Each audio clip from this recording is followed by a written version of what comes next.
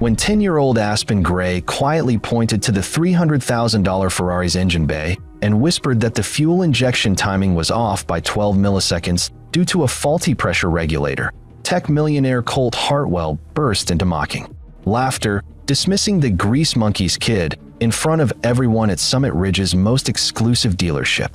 But when Ferrari CEO Franco Vercelli arrived unexpectedly the next morning and witnessed the small girl effortlessly diagnose what 3 master mechanics had missed for weeks, his stunned reaction would transform Colt from arrogant critic to unlikely advocate, especially after discovering the military dog tags around Aspen's neck belonged to her fallen father, a decorated army mechanic who had posthumously passed on a mechanical genius that would challenge everything Colt believed about worth, talent, and the true meaning of respect. Before we jump back in, tell us where you're tuning in from, and if this story touches you, make sure you're subscribed, because tomorrow I've saved something extra special for you. The pristine showroom of Prestige Motors gleamed under afternoon sunlight streaming through floor-to-ceiling windows, casting geometric patterns across polished marble floors that reflected the carefully arranged collection of automotive masterpieces. Each vehicle represented months of someone's salary, positioned with museum-like precision to maximize their visual impact on potential buyers who possessed both refined taste and unlimited budgets. The air carried the subtle sense of leather conditioning and expensive cologne, punctuated by the soft classical music that played at just the right volume to suggest sophistication without interfering with serious business conversations. Colt Hartwell stood beside his disabled Ferrari 488 GTB, its Rosso Corsa paint job gleaming despite the mechanical troubles that had brought him here for the 3rd time in 2 months. His tailored Italian suit, worth more than most people's monthly rent, couldn't disguise the mounting frustration that tightened his jaw and caused his fingers to drum impatiently against his smartphone case. At 42, he had built a cybersecurity empire from nothing, clawing his way out of a trailer park childhood through pure determination and ruthless ambition. But mechanical problems were beyond his expertise and completely outside his control. Mr. Hartwell, Chuck Reynolds called from beneath the Ferrari's hood, his voice muffled by the engine compartment as he consulted diagnostic readings on his tablet. I'm seeing the same intermittent issues we discussed last week. Everything checks out on paper, but there's definitely something causing power fluctuations during acceleration. Chuck had worked on exotic vehicles for 25 years, earning his reputation through meticulous attention to detail and an almost mystical ability to diagnose problems that stumped other mechanics. His coveralls bore the patches and stains that spoke of countless hours spent troubleshooting the mechanical temperaments of machines worth more than houses, and his weathered hands moved with the confidence of someone who understood that precision was the difference between success and catastrophe. Colt's patience, already strained by weeks of inconvenience, finally snapped. Chuck, I've been bringing this car here for 2 months.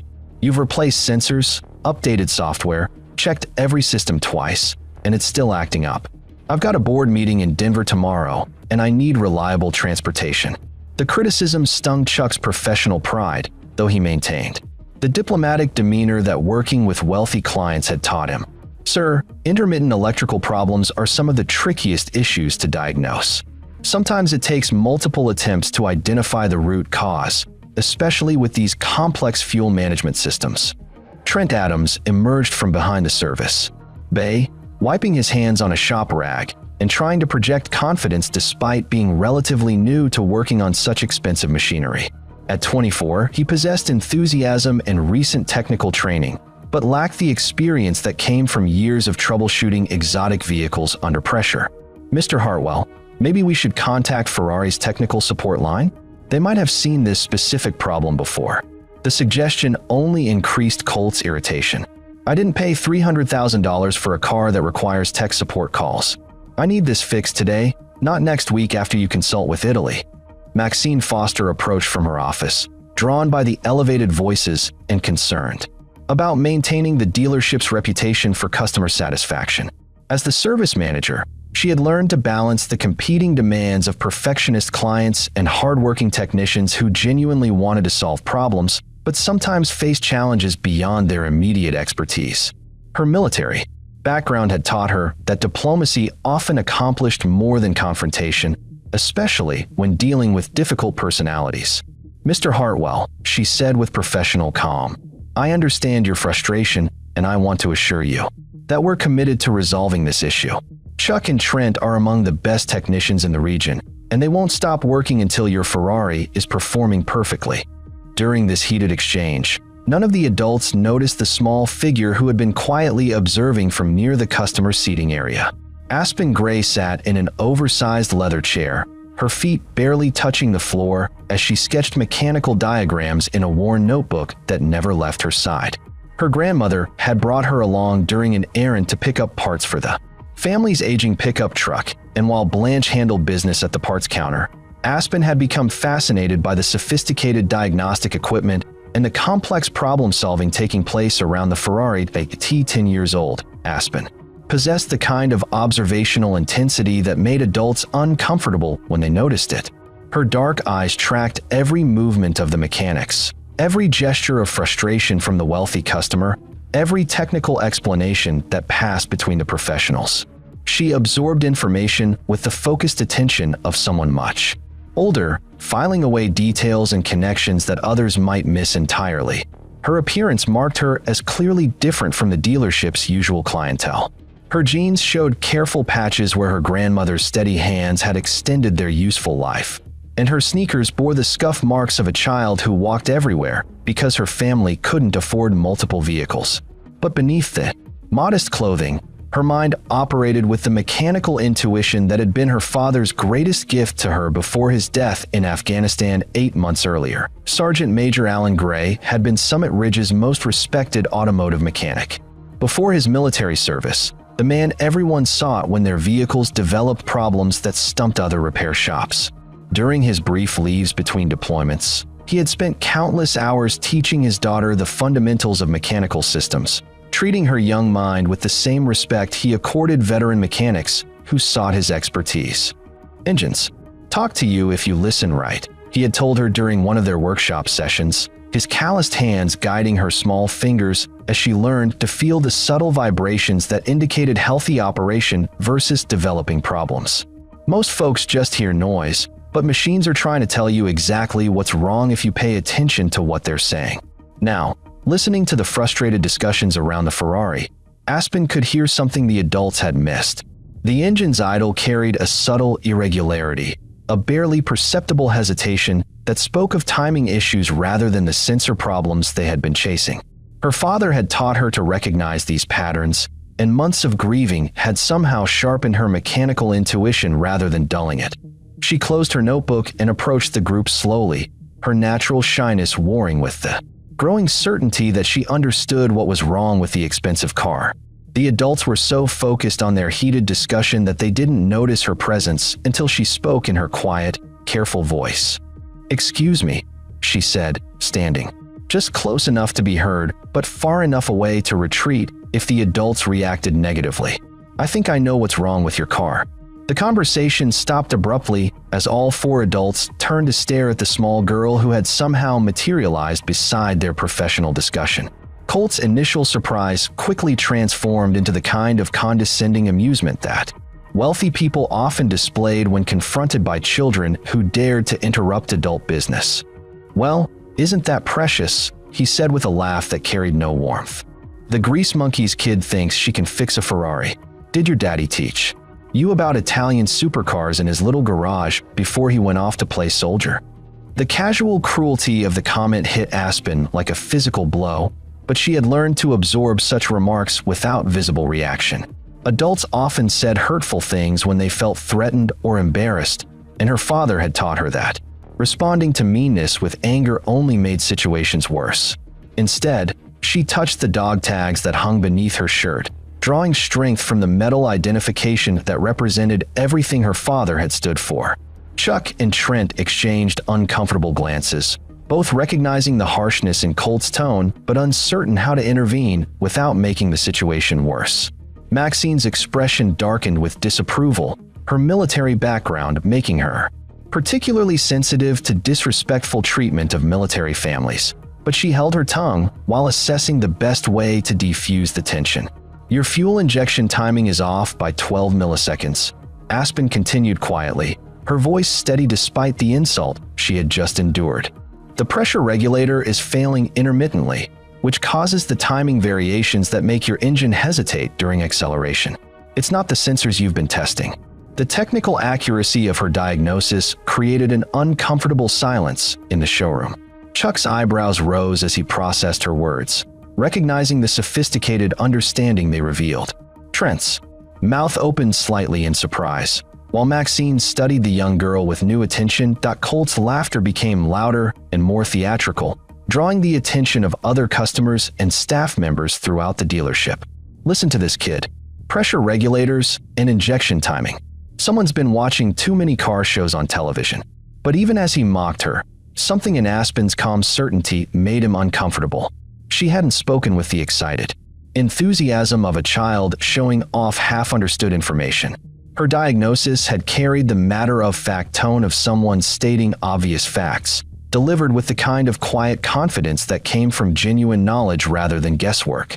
"Honey," Chuck said gently, crouching down to Aspen's eye level.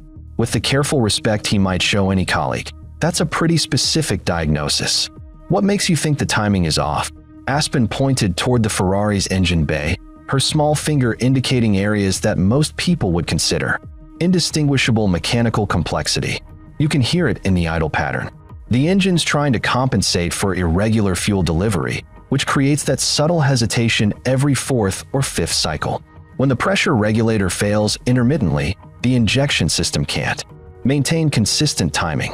Her explanation demonstrated a level of mechanical understanding that made the adults shift uncomfortably. This wasn't a child parroting half-remembered phrases from adult conversations. She was describing complex automotive systems with the fluency of someone who truly comprehended how they functioned and interacted. Trent pulled out his tablet and began accessing the Ferrari's diagnostic history, his young mind more willing than his elders to consider unconventional sources of insight. "Chuck, we have been focusing on sensor issues. Maybe we should check the pressure regulator readings more closely." "Don't tell me you're actually taking mechanical advice from a 10-year-old, Colt said, his voice rising with a mixture of disbelief and anger. "This is a $300,000 precision machine, not some backyard project. I'm paying for professional service, not amateur hour with children playing mechanic." His outburst drew disapproving looks from other customers in the showroom, but Colt was too angry to care about appearances. The idea that a child from obvious poverty might understand something about his expensive car that escaped professional mechanics struck at the core of his worldview, challenging assumptions about worth and competence that had shaped his entire adult identity. Blanche Gray appeared from the parts counter, having completed her business and noticed the commotion surrounding her granddaughter. At 67, she carried herself with the quiet dignity of someone who had endured profound loss while maintaining responsibility for those who depended on her. Her simple dress and practical shoes marked her as clearly outside the dealership's usual clientele, but her bearing commanded respect from anyone wise enough to look beyond surface appearances. "Aspen," she said firmly, "come away from there. These folks have important business to handle." But Maxine stepped forward, her military training having taught her to recognize valuable intelligence regardless of its source. "Ma'am, your granddaughter just provided what might be a very insightful diagnosis of our customer's problem. We'd like to explore her suggestion before dismissing it." Colt's face flushed red with indignation. "This is absolutely ridiculous. I'm not paying premium prices to have children guessing about my car's problems. Either fix it with professional expertise, or I'll take my business elsewhere." The threat carried weight in a small town where reputation mattered and wealthy customers were relatively rare. But as Aspen stood quietly beside her grandmother, her hand unconsciously touching the dog tags that represented her father's legacy, something in her calm dignity seemed to challenge everyone present to decide what they truly valued: appearances and assumptions, or the possibility that wisdom and talent could emerge from unexpected places. The afternoon sunlight continued streaming through the showroom windows, casting long shadows across the polished floor as the adults grappled with a situation that none of their professional training had prepared them to handle. In the growing silence, the Ferrari's engine continued its subtle, irregular idle, patiently waiting for someone to listen carefully enough to understand what it was trying to say. Telling and preparing this story took us a lot of time.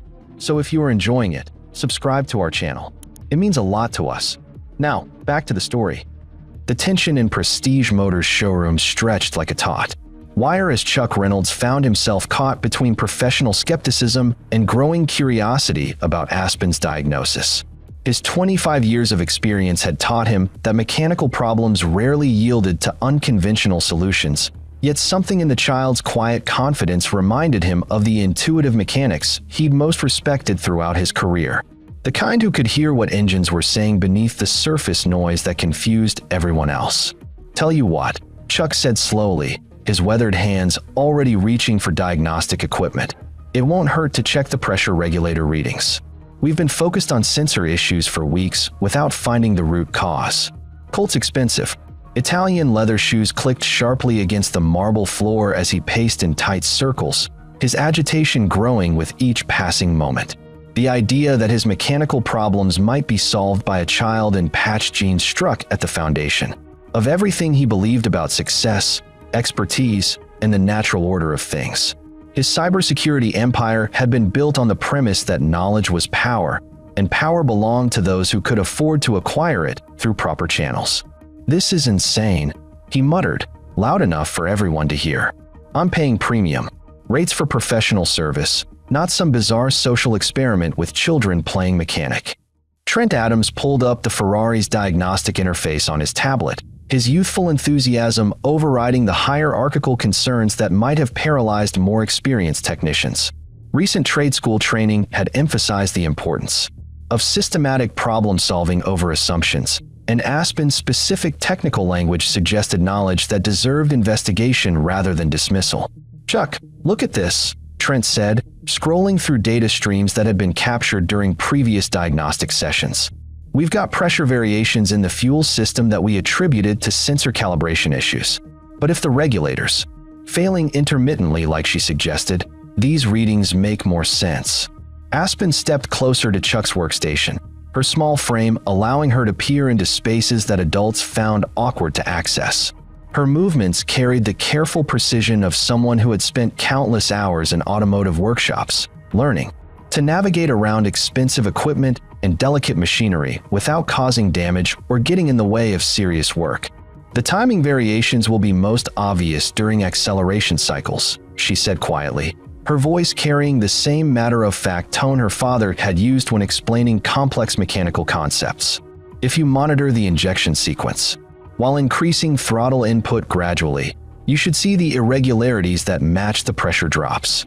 Her technical vocabulary and systematic approach to problem-solving impressed Chuck despite his reservations about taking advice from a child. This wasn't the scattered enthusiasm of someone who had absorbed random automotive facts from television shows or casual conversations. She was describing diagnostic procedures with the methodical thinking of someone who understood how complex systems functioned as integrated wholes. Blanche Gray watched her granddaughter with a mixture of pride and concern, recognizing Alan's influence in every gesture and explanation. The mechanical aptitude that had made her son Summit Ridge's most sought-after automotive expert lived on in his daughter, but Blanche worried about the adult responsibilities that such gifts might place on young shoulders still healing from profound loss. "Aspen's always been good with mechanical things," Blanche explained to Maxine, her voice carrying the gentle weariness of someone who had become accustomed to defending her granddaughter's unusual abilities. "Her daddy started teaching her about engines when she was barely old enough to hold tools properly." Maxine nodded with understanding born from military experience with unconventional talent. During her years in logistics coordination, she had learned that mechanical insight often emerged from unexpected sources, and that dismissing knowledge based on its origin rather than its accuracy was a luxury that operational environments couldn't afford. "Mrs. Gray," Maxine said respectfully, "would you mind if we tested your granddaughter's diagnosis? We're not asking her to perform any actual repairs, just to explain her reasoning while our technicians investigate." The request placed Blanche in a difficult position.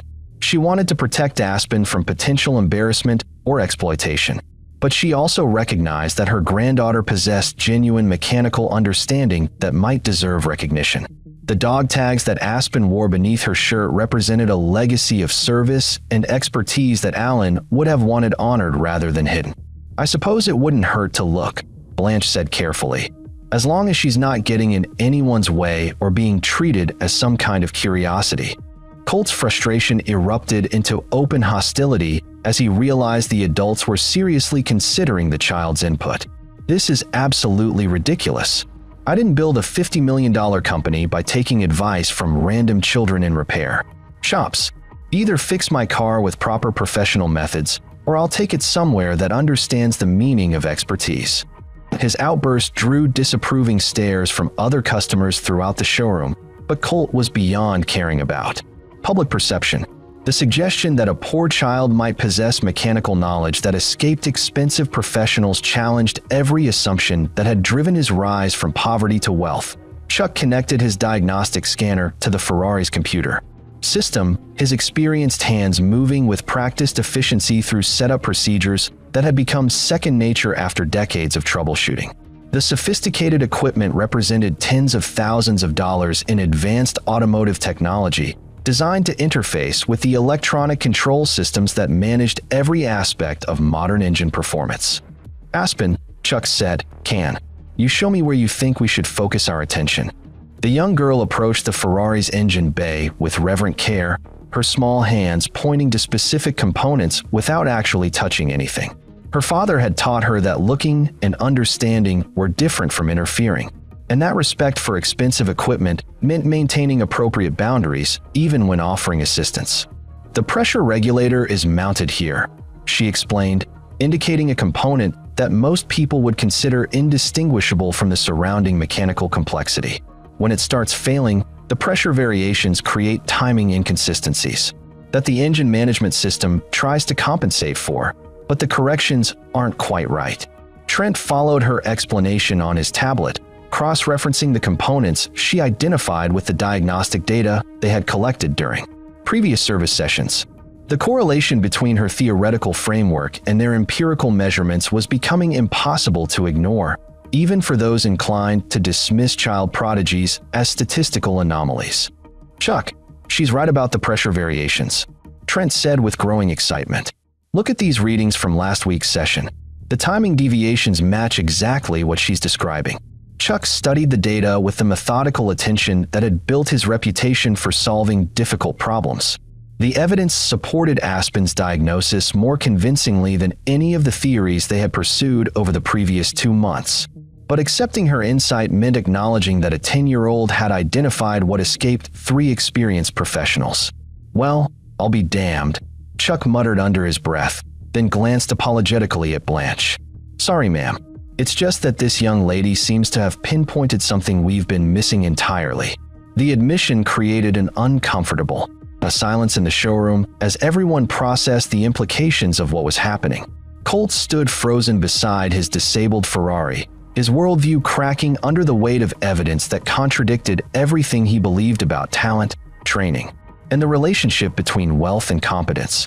"Mr. Hartwell," Maxine said diplomatically, "it appears we may have found the root cause of your Ferrari's problems. Would you like us to proceed with testing the pressure regulator that Aspen identified?" The question forced Colt to confront an impossible choice. He could continue insisting on conventional diagnostic methods that had failed for weeks, or he could accept help from a child whose appearance and background represented everything he had spent his adult life trying to escape. The decision would require him to acknowledge that mechanical genius might emerge from poverty rather than privilege, a possibility that threatened the fundamental beliefs that had shaped his identity. Robin Scott appeared in the showroom doorway, her tablet displaying urgent messages from Colt's Denver office. As his executive assistant, she had learned to manage his schedule and crisis communications with diplomatic efficiency, but the current situation presented challenges that no business school had prepared her to handle. "Mr. Hartwell," Robin said, carefully, "your board meeting has been moved to tomorrow afternoon due to weather delays. That gives us additional time to resolve the Ferrari's problems if needed." The reprieve should have reduced Colt's stress, but instead it seemed to intensify his internal conflict. More time meant fewer excuses for avoiding the uncomfortable possibility that his expensive car might be fixed by a poor child whose father had died serving the country that Colt often criticized for its inefficiencies and bureaucratic failures. Dr. Joyce Anderson entered the dealership from the adjacent medical building where she maintained her child psychology practice. Drawn by curiosity about the unusual situation that several of her colleagues had mentioned during their lunch break. Her professional experience with gifted children had taught her to recognize exceptional talent even when it appeared in unexpected contexts. "Excuse me," Dr. Anderson said to Maxine.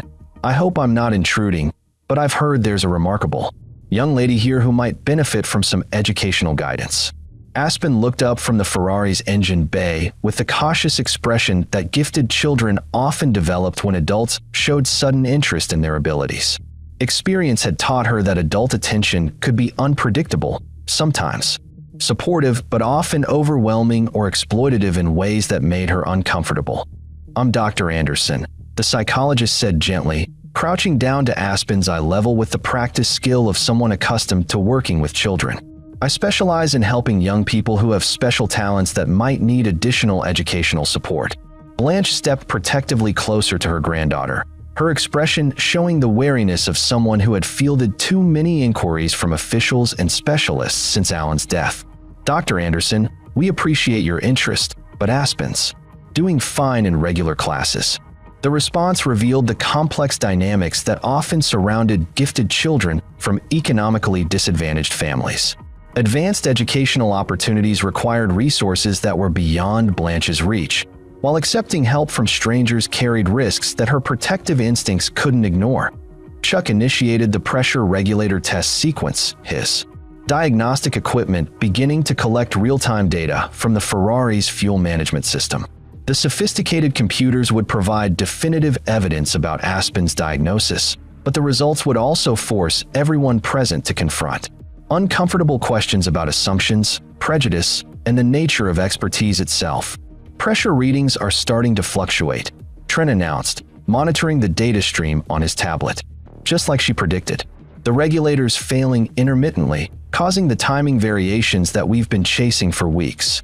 The confirmation struck the assembled adults like a physical blow. Here was objective, measurable proof that a 10-year-old girl had correctly identified a complex mechanical problem that had stumped 3 trained professionals using thousands of dollars worth of diagnostic equipment. The implications extended far beyond automotive repair into fundamental questions about talent, education, and social assumptions. Colt stared at the diagnostic readouts with the expression of someone whose entire worldview was collapsing in real time. The numbers didn't lie, and they supported exactly what the poor child had told them minutes earlier. Everything he believed about expertise, training, and the relationship between wealth and competence was being challenged by empirical evidence that couldn't be dismissed or explained away. "This is impossible," he whispered, though whether he was referring to the diagnostic results or his own psychological crisis remained unclear. Father Timothy Morgan entered the showroom from his afternoon rounds, recognizing Blanche and Aspen from his regular visits to military families throughout the community. As the parish priest, he had officiated at Alan's memorial service and maintained contact with the Gray family during their difficult months of adjustment to life without their beloved soldier and mechanic. "Blanche," Father Morgan said warmly, "I hope everything's all right. Someone mentioned there was some kind of situation here involving Aspen." His presence added another layer of community support to the already complex dynamics surrounding the unusual automotive consultation.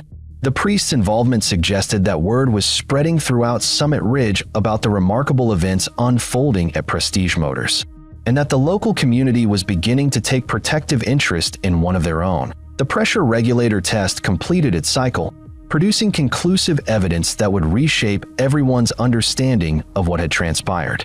The data confirmed Aspen's diagnosis with scientific precision, leaving no room for denial or alternative explanations. The 10-year-old daughter of a fallen soldier had accomplished what experienced professionals could not, using knowledge inherited from her father and intuition that transcended conventional training. But as the adults struggled to process the implications of what they had witnessed, Aspen stood quietly beside the Ferrari, her small hand unconsciously touching the dog tags that represented her father's legacy.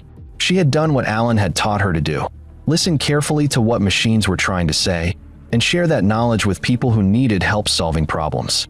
The rest would be up to the adults to figure out. The rumble of an approaching helicopter grew steadily louder above Summit Ridge, its distinctive sound cutting through the afternoon air and drawing curious glances from everyone within the Prestige Motors showroom. The aircraft's shadow passed over the building's glass facade before settling onto the adjacent helipad that the dealership maintained for their most exclusive clientele, though it had rarely hosted visitors of the caliber that was about to emerge. Franco Vercelli stepped from the helicopter's cabin with the confident bearing of someone accustomed to making dramatic entrances at automotive facilities around the world.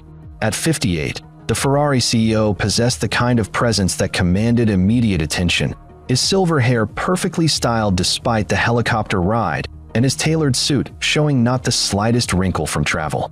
He moved with the purposeful stride of someone whose time was measured in millions of dollars per hour. Inside the showroom, the sound of the helicopter had created a ripple of excitement and confusion among staff and customers alike. Maxine Foster felt her heart rate increase as she recognized the distinctive red and yellow Ferrari corporate livery on the aircraft's fuselage, though she couldn't imagine what circumstances would bring the company's CEO to their small Colorado dealership without advance notice. "Chuck," Maxine called out, her voice tight with sudden anxiety. "Did we have any corporate visits scheduled that I missed?" Chuck Reynolds looked up from the diagnostic equipment still connected to Colt's Ferrari, his weathered face showing the same confusion that was spreading throughout the facility. "Nothing on my calendar. You think this is about the warranty issues we've been documenting?" The possibility that their extended diagnostic sessions with Colt's vehicle had somehow triggered corporate attention added a new layer of stress to an already complicated situation. Warranty problems could reflect poorly on dealership competency, and unexpected visits from headquarters usually meant serious concerns about service quality or customer satisfaction. Colt Hartwell stood frozen beside his disabled Ferrari, watching through the floor-to-ceiling windows as ground crew members secured the helicopter and prepared for passenger disembarkation. The timing couldn't have been worse from his perspective, arriving just as he was being forced to confront the uncomfortable reality that a poor child had solved his expensive car's problems.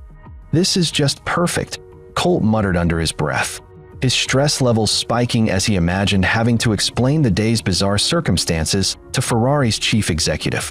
"Now I get to tell the CEO of Ferrari that I needed help from a 10-year-old mechanic."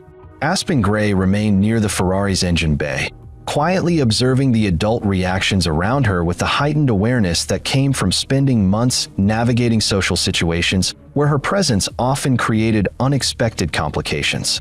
Her hand drifted unconsciously to the dog tags beneath her shirt, drawing comfort from the familiar weight of her father's identification as the tension in the room continued to escalate. Dr. Joyce Anderson recognized the signs of anxiety building throughout the showroom and moved closer to Aspen, her professional instincts alert to the possibility that the child might become overwhelmed by circumstances that were rapidly spinning beyond anyone's control. "Aspen," Dr. Anderson said quietly, "how are you feeling about all this attention?" The young girl considered the question with the thoughtful deliberation that characterized her approach to most adult interactions. "I just wanted to help fix the car problem. I didn't mean to cause any trouble for anyone." Her response revealed the burden that gifted children often carried, feeling responsible for adult reactions to their abilities and worried about creating difficulties for the people around them. Dr. Anderson made a mental note to discuss these dynamics with Blanche when the current crisis settled into a more manageable routine. Franco Vercelli entered the showroom through the main entrance, his presence immediately transforming the atmosphere from confused anxiety to formal reverence.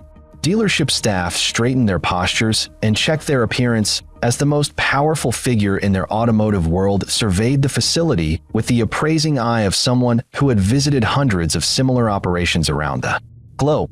"Good afternoon," Franco said, his Italian accent lending additional gravitas to words that carried the weight of corporate authority. "I am Franco Vercelli, and I apologize for arriving without advance notice. I was in Denver for meetings." when I received some very interesting reports about diagnostic activities at this location. Maxine stepped forward with the professional composure that her military training had instilled, though her heart was racing as she tried to imagine what reports might have reached Ferrari's corporate headquarters about their recent service activities. Mr. Vercelli, welcome to Prestige Motors. I'm Maxine Foster, the service manager. We're honored by your visit, though I'm not sure what reports you might be referring to. Franco's sharp eyes swept across the showroom, taking in the sophisticated diagnostic equipment, the disabled Ferrari, and the unusual gathering of people that included what appeared to be a local family with a young child. His decades of experience in the automotive industry had taught him to recognize when something extraordinary was happening beneath the surface of routine business operations. I received a call from our technical support center, Franco explained, his voice carrying the measured authority of someone accustomed to extracting information from complex situations. Apparently, someone at this location has been requesting very specific diagnostic data about intermittent fuel injection timing problems that have puzzled our best engineers for months. The revelation struck the assembled group like a thunderbolt, as they realized that their local automotive problem had somehow connected to corporate-level concerns that extended far beyond Summit Ridge. Colt's Ferrari wasn't just another luxury vehicle with mechanical issues. It was apparently part of a pattern that had caught the attention of Ferrari's highest levels of technical management. Trent Adams stepped forward with the enthusiasm of someone too young to be intimidated by corporate hierarchies, his tablet still displaying the diagnostic data that had validated Aspen's earlier diagnosis. Mr. Vercelli, we've been working on an intermittent pressure regulator problem that was causing injection timing variations. We finally identified the root cause this afternoon with help from an unexpected source. Franco's eyebrows rose with interest as he studied the diagnostic readouts on Trent's tablet, his engineering background allowing him to quickly interpret the technical data and understand its implications for the broader pattern of similar problems that Ferrari had been tracking. These readings are remarkably precise, Franco observed, his voice showing genuine appreciation for the quality of the diagnostic work. Our technical teams have been struggling with similar symptoms across multiple vehicles, but this level of detail about the pressure variations is exactly what we needed to confirm our theoretical models. Chuck Reynolds felt a surge of professional pride at the recognition, though honesty compelled him to acknowledge the true source of their breakthrough. Actually, sir, the diagnosis came from someone with exceptional mechanical intuition. Someone who heard what the engine was trying to tell us when we were focused on the wrong systems entirely. Franco's attention sharpened with the intensity of someone who had built his career on recognizing exceptional talent regardless of its source. The automotive industry's greatest innovations often emerged from unexpected insights that challenged conventional thinking, and his instincts told him that something remarkable had occurred at this small Colorado dealership. I would very much like to meet this diagnostic expert, Franco said, his eyes scanning the assembled group with growing curiosity. Anyone capable of identifying such subtle mechanical relationships deserves recognition from Ferrari's engineering teams. The request created an uncomfortable moment of silence as the adults grappled with the challenge of explaining that their diagnostic breakthrough had come from a 10-year-old girl whose father had died serving in Afghanistan.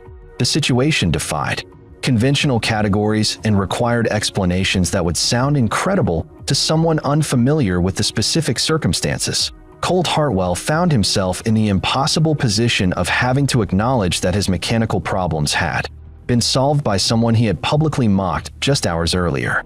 The presence of Ferrari's CEO transformed what had been a local embarrassment into a corporate-level humiliation that could affect his business relationships and social standing. The diagnostic expert, Colt said slowly, his voice strained with reluctance, is actually this young lady here. He gestured toward Aspen with obvious discomfort, his body language conveying the internal struggle between his natural arrogance and the undeniable evidence of her mechanical expertise. The admission represented a fundamental crack in his carefully constructed identity as someone whose wealth and success proved his superiority over people from lesser backgrounds.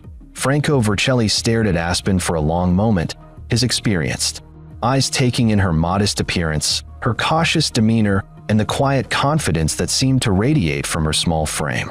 His decades in the automotive industry had taught him that mechanical genius often emerged from unexpected sources, but encountering it in a 10-year-old child still required a significant adjustment of expectations. "Young lady," Franco said, approaching Aspen with the respectful attention he would accord any engineering colleague, "I understand you identified the pressure regulator problem that has been troubling our technical teams. Would you mind explaining your diagnostic process?" Aspen looked to her grandmother for permission, recognizing the significance of the moment but uncertain about the appropriate response to such high-level corporate attention. Blanche nodded encouragingly, though her expression showed the protective concern of someone who worried about her granddaughter being overwhelmed by circumstances beyond her control. "The engine was telling me about timing problems through the irregular idle pattern," Aspen explained with the same matter-of-fact tone she had used with the dealership mechanics. "When pressure regulators start failing, they create variations that the injection system tries to compensate for, but the corrections aren't quite right." Franco listened to her explanation with the focused attention of someone who had spent his career evaluating technical presentations from the world's most sophisticated engineering teams. Her vocabulary, methodology, and systematic approach to problem-solving impressed him despite her obvious youth and humble circumstances. "That is precisely the theoretical framework our engineers developed to explain these symptoms," Franco said with genuine amazement. "But you arrived at this conclusion through auditory analysis rather than computer modeling. That represents an extraordinary level of mechanical intuition." The recognition from Ferrari's CEO created a ripple of excitement throughout the showroom, as staff and customers realized they were witnessing something unprecedented in the automotive world. Here was a child whose diagnostic abilities had impressed one of the industry's most respected leaders, validating her expertise at the highest possible level. Father Timothy Morgan stepped forward with the protective instincts of someone who had watched Aspen struggle with grief and adjustment since her father's death. "Mr. Vercelli," Aspen learned her mechanical skills from her father, Sergeant Major Alan Gray, who was killed in Afghanistan while serving our country. Her abilities represent his legacy and her way of honoring his memory. The revelation about Aspen's military heritage struck Franco with unexpected emotional force as he recognized the profound sacrifice that had shaped her young life. His own family had experienced the losses that war inflicted on those who served, and he understood the complex dynamics of grief, pride, and determination that often motivated the children of fallen soldiers. "Miss Gray," Franco said with formal respect that acknowledged both her technical abilities and her family's sacrifice, "I would consider it an honor if you would allow Ferrari to support your continued education in automotive engineering. Your diagnostic insights could contribute significantly to our ongoing technical development programs." The offer hung in the air like a thunderclap, as everyone present realized they were witnessing a life-changing moment that would transform not only Aspen's future, but also the understanding of what was possible when talent was recognized and nurtured regardless of its origins. Franco Vercelli's offer reverberated through the Prestige Motors showroom like ripples from a stone dropped into still water, creating waves of excitement, concern, and disbelief that touched everyone present. In different ways, the Ferrari CEO stood waiting for a response with the patient confidence of someone accustomed to making life-changing proposals, while Aspen remained quietly beside her grandmother, processing the magnitude of what had just been offered to her. Blanche Gray felt her protective instincts surge as she absorbed the implications of Franco's words. Educational opportunities from Ferrari represented possibilities beyond anything she could have imagined for her granddaughter, but they also carried risks that her cautious nature couldn't ignore. Wealthy strangers making generous offers to vulnerable children triggered memories of every cautionary tale she had heard about exploitation disguised as kindness. "Mr. Vercelli," Blanche said carefully, her voice carrying the diplomatic firmness that came from decades of protecting those she loved. "That's a very generous offer, but Aspen's just a little girl who's been through more loss than any child should have to bear. I'm not sure she's ready for that kind of attention or pressure."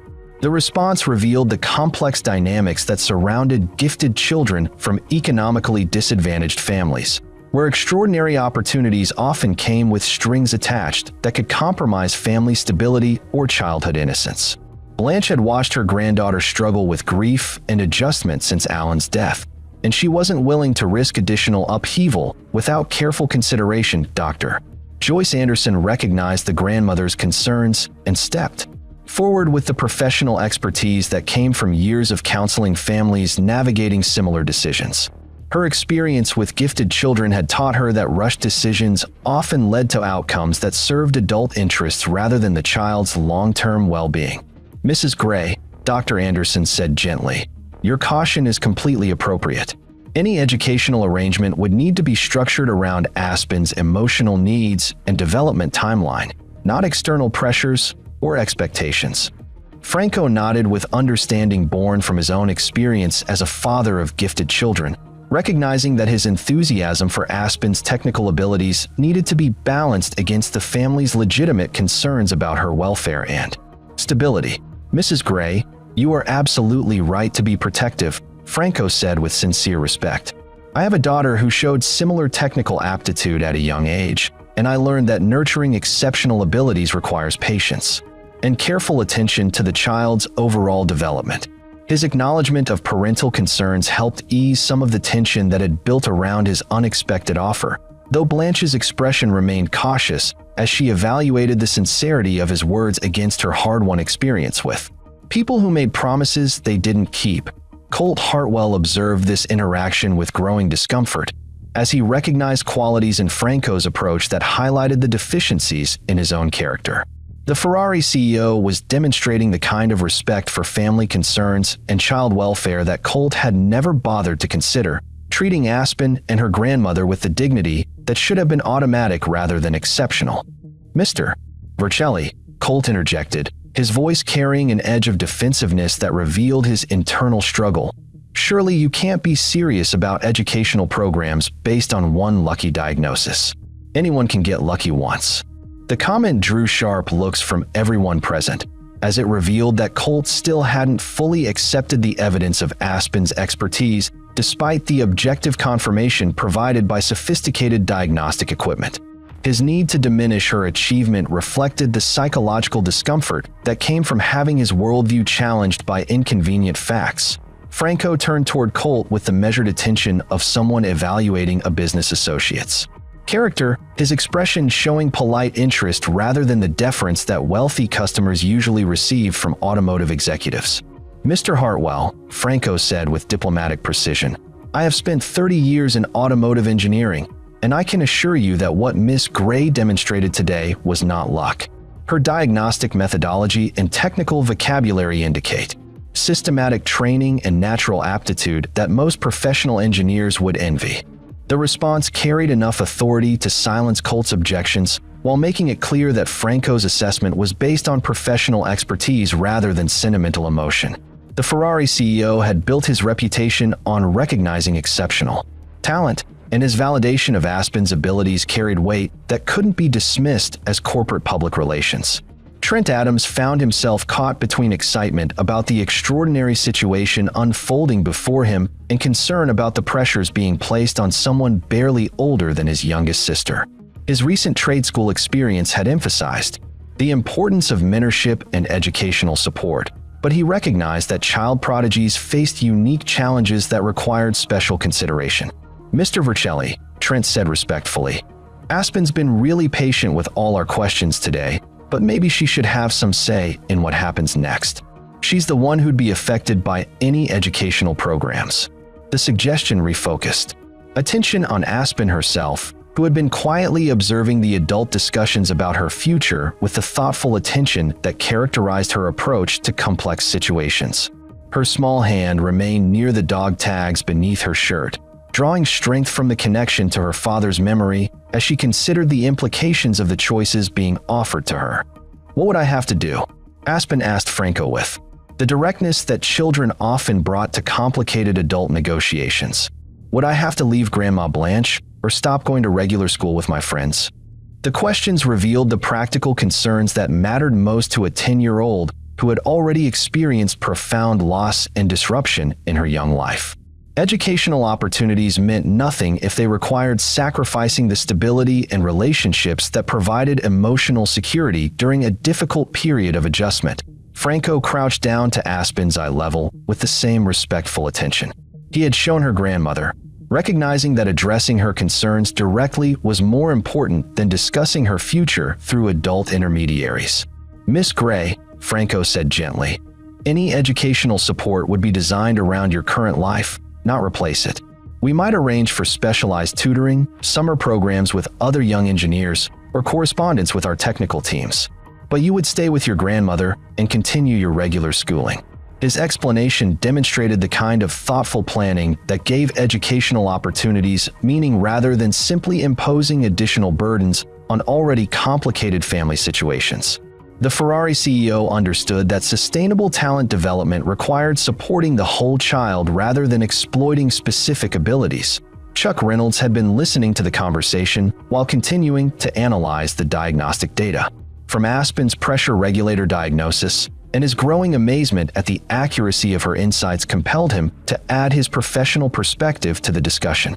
"Folks," Chuck said, setting down his diagnostic equipment and addressing the group with the authority that came from 25 years of automotive experience. "I've worked on every kind of exotic vehicle you can imagine, and I've never seen anyone identify a complex problem that quickly or accurately.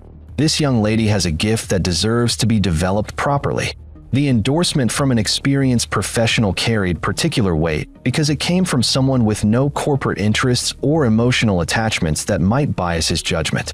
Chuck's reputation for honest assessment made his recognition of Aspen's abilities difficult to dismiss as sentiment or exaggeration. Maxine Foster felt torn between her desire to support exceptional talent and her protective instincts toward a military family that had already sacrificed so much for their country. Her brother Eugene's service had taught her about the unique pressures faced by military families, and she didn't want to contribute to additional stress during Aspen's adjustment period. "Mr. Vercelli," Maxine said diplomatically, "while we all recognize Aspen's remarkable abilities, perhaps any educational discussions should wait until her family has time to consider the implications privately. This has been an overwhelming day for everyone involved." The suggestion provided a graceful way to pause the intensifying discussions and allow the Gray family to process the unexpected opportunities without pressure from excited adults who might be moving too quickly toward decisions that required careful consideration. Judge Victor Hall entered the showroom from his afternoon walk, having been drawn by reports circulating throughout Summit Ridge about the unusual events taking place at Prestige Motors. As one of the community's most respected figures, he often involved himself in situations where his wisdom and experience might help guide important decisions. "I hope I'm not intruding," Judge Hall said with the diplomatic courtesy that had characterized his judicial career, "but I've heard there are some remarkable developments here involving the Gray family." His presence added another layer of community oversight to the situation, as local residents began to recognize that the extraordinary events at the dealership had implications that extended beyond automotive repair into questions of educational opportunity and social responsibility. Father Timothy Morgan nodded respectfully to the retired judge, recognizing that Judge Hall's involvement suggested the community was rallying to protect and support one of their own during a potentially life-changing moment. "Your Honor, Father," Morgan said, "we're discussing educational opportunities for Aspen that could significantly impact her future, and I think the family would benefit from community guidance about how to evaluate such possibilities." The priest's comment revealed his understanding that major decisions affecting vulnerable children were best made with input from trusted community leaders who could provide perspective unclouded by immediate excitement or corporate interests. Robin Scott had been observing Colt's reactions throughout the afternoon with growing concern about her employer's behavior and its potential impact on his business relationships. As his executive assistant, she understood that his treatment of the Gray family was creating a public relations problem that could affect his company's reputation in ways he hadn't considered. "Mr. Hartwell," Robin said quietly, positioning herself where she could speak to him without being overheard by the larger group. "Perhaps this would be a good time to reconsider your initial response to Aspen's help. Mr. Vercelli clearly values her insights, and your business relationships might benefit from a more supportive approach." Her suggestion carried the diplomatic firmness of someone who had learned to guide difficult executives toward better decisions without directly challenging their authority. Colt's treatment of Aspen was becoming a liability that could affect his standing with Ferrari and other luxury automotive companies. Colt struggled with the recognition that his behavior was being evaluated not just by local community members, but by one of the automotive industry's most influential leaders. The possibility that his arrogance might damage important business relationships added practical concerns to the moral discomfort he was already experiencing. Aspen walked over to where her father's photograph hung from her grandmother's keychain, studying the image of the uniformed soldier who had taught her everything she knew about mechanical systems and helping others solve difficult problems. Daddy always said that when people offer to help you learn new things, you should listen carefully and ask good questions, she said quietly, though her words carried clearly through the showroom's respectful silence. But he also said that family comes first, and you never do anything that might hurt the people who love you. Her comment revealed the wisdom that often emerged from children who had been forced to mature quickly due to difficult circumstances, demonstrating that exceptional intellectual abilities could coexist with emotional intelligence and family loyalty that guided important life decisions. The arrival of Colonel Eugene Foster shifted the atmosphere in the Prestige Motors showroom from uncertain excitement to focused military precision. Maxine's brother entered through the service bay doors still wearing his dress uniform from an afternoon ceremony at Fort Carson, his bearing immediately commanding the respectful attention that active duty officers received in communities with strong military connections like Summit Ridge.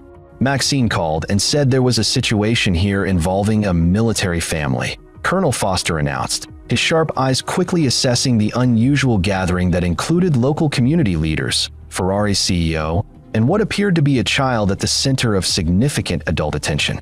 I came as soon as I could break away from base duties. His presence provided an additional layer of military oversight that Blanche Gray found comforting, recognizing in the colonel's authoritative demeanor the same protective qualities that had made her son Alan such a respected soldier. Military families understood each other's sacrifices in ways that civilians often couldn't, and she felt more secure knowing that someone with appropriate experience was evaluating the situation. Colonel Foster, Father Timothy Morgan said with the respect that came from years of ministering to military families, "We're discussing educational opportunities for Aspen Gray, whose father, Sergeant Major Alan Gray, was killed in Afghanistan 8 months ago. The circumstances are quite extraordinary."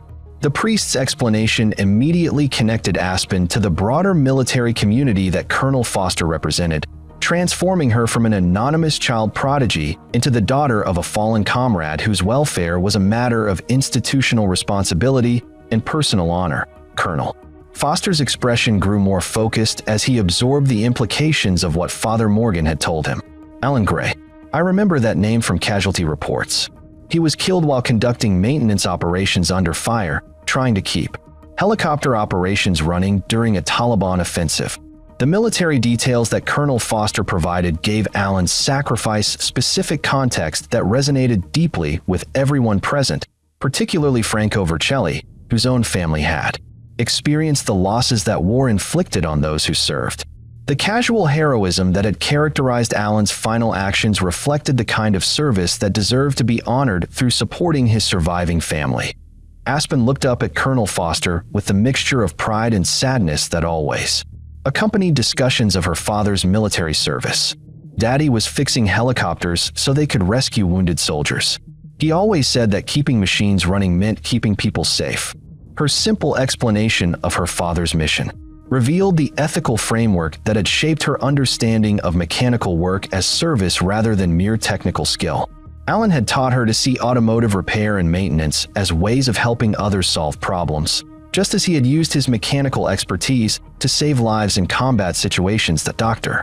Joyce Anderson observed the interaction between Aspen and Colonel Foster with professional interest, noting how the child's demeanor became more confident when discussing her father's service with someone who understood its significance. Military children often struggled with explaining their parents' work to civilians who couldn't appreciate its importance, but they found validation from others who shared their experience. Miss Gray, Colonel Foster said, addressing Aspen with the same formal respect he would show any soldier's dependent. Your father's service record indicates that he was one of the Army's most skilled automotive and aviation mechanics. His abilities saved many lives during his deployments. The recognition from an active duty officer provided official validation of Alan's expertise that carried particular weight for Aspen, who sometimes wondered whether civilians truly understood what her father had accomplished during his military career. Colonel Foster's words confirmed that Alan's mechanical genius had been recognized and valued at the highest levels of military leadership. Franco Vercelli listened to these military discussions with growing appreciation for the complex dynamics surrounding Aspen's situation. Her mechanical abilities weren't just individual talent, but represented a legacy of service that connected her to institutions and values larger than personal achievement. Supporting her education meant honoring military sacrifice as well as nurturing exceptional potential. Colonel Foster, Franco said respectfully, "I've offered educational support for Miss Gray's continued development in automotive engineering. Given her family's military service, I want to ensure that any programs we develop would be appropriate and beneficial rather than exploitative." The Ferrari CEO's deference to military judgment reflected his understanding that corporate interests needed to be balanced against family welfare considerations that required expertise he didn't possess. His willingness to submit his educational proposals to military oversight demonstrated genuine respect for the sacrifices that had shaped Aspen's young life. Colt Hartwell watched this interaction with growing discomfort as he recognized the stark contrast between Franco's respectful approach and his own earlier behavior toward the Gray family. The Ferrari CEO was demonstrating leadership qualities that made Colt's arrogance appear petty and destructive, forcing him to confront uncomfortable truths about his character and values. "I need to apologize," Colt said suddenly, his voice cutting through the ongoing discussions with an intensity that drew everyone's attention.